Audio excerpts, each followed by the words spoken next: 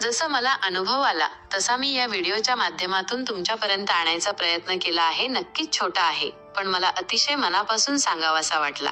कारण माझ्या या सांगण्यातून नक्कीच तुमचा काहीतरी फायदा होईल असं मला वाटत होतं. या व्हिडिओच्या माध्यमातून मी तुम्हाला अनेक वास्तुशास्त्र या अभ्यासातून असेल किंवा ज्योतिषशास्त्र या अभ्यासातून काही उपाय तुम्हाला देत असते. हे उपाय तुम्ही अगदी विनामूल्य माझ्याकडून घेताय. या गोष्टीचं समाधान तुमच्यापेक्षा मला जास्त वाटत आहे. चला तर वेळ वाया न घालवता आपण आपल्या उपायांकडे वळूया. तुम्हालाही कधी असं होतं का? आपण कुठेच चुकत नाही तरी आयुष्य नीट चालत नाही. काम आहे, घर आहे, माणसं आहेत, पण मनात कुठेतरी एक रिकामी जागा आहे. एक बाई मला म्हणाली होती, घर बदलू का? इथे राहून कंटाळा येतोय. मी तिला विचारलं, घरात येताना तुला काय जाणवतं? ती थोडा वेळ शांत राहिली. मग म्हणाली, जडपणा. आपण खूप वेळा घराकडे भिंती म्हणून पाहतो, पण घर आपल्याला रोज काहीतरी सांगत असतं. फक्त आपण ऐकत नाही. त्या घरात गेल्यावर मला काही विचित्र दिसलं नाही. मोठा दोष काही तुटलेलं असं काही नव्हतं. पण एक गोष्ट होती. घरात कुठेही थांबायला जागा नव्हती. सगळीकडे सामान, फर्निचर, डबे, कपाट भरलेलं. जणू घर श्वासच घेत नव्हतं.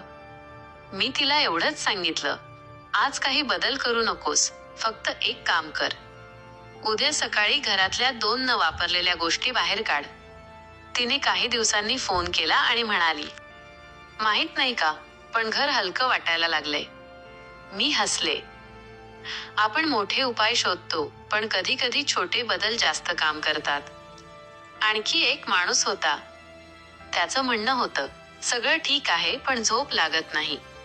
मी विचारलं, झोपताना समोर काय दिसतं? तो म्हणाला, आरसा. मी काही मोठं भाषण केलं नाही, फक्त म्हणाले, आज रात्री तो झाकून ठेव. दुसऱ्या दिवशी त्याचा मेसेज आला. पहिल्यांदा शांत झोप लागली. कधी कधी आपण त्रासाचं कारण मनात शोधतो, पण तो डोळ्यासमोर असतो. एक गोष्ट सांगू, घर म्हणजे फक्त वास्तू नाही, ते आपली सवय असते. जसं आपण रोज एकाच पद्धतीने चहा करतो, तसंच आपण घरात एकाच पद्धतीने वावरतो. आणि जेव्हा ती सवय आपल्याला थकवते, तेव्हा घरही आपल्याला त्रास देतं. म्हणूनच मी हे सगळं सांगतेय, म्हणजे लगेच सगळं बदलावं असं नाही. पण आज एक गोष्ट पहा. घरात अशी कोणती जागा आहे जिथे तुम्ही बसून शांत राहू शकता? नसेल तर तिथूनच सुरुवात करा. कारण घर सुधारायला पैसे लागत नाहीत, लक्ष लागतं. जर तुम्हाला वाटलं की हे बोलणं ओळखीचं वाटतंय, तर समजा तुमचं घर तुमच्याशी बोलायचा प्रयत्न करतंय. फक्त ऐकायची तयारी ठेवा.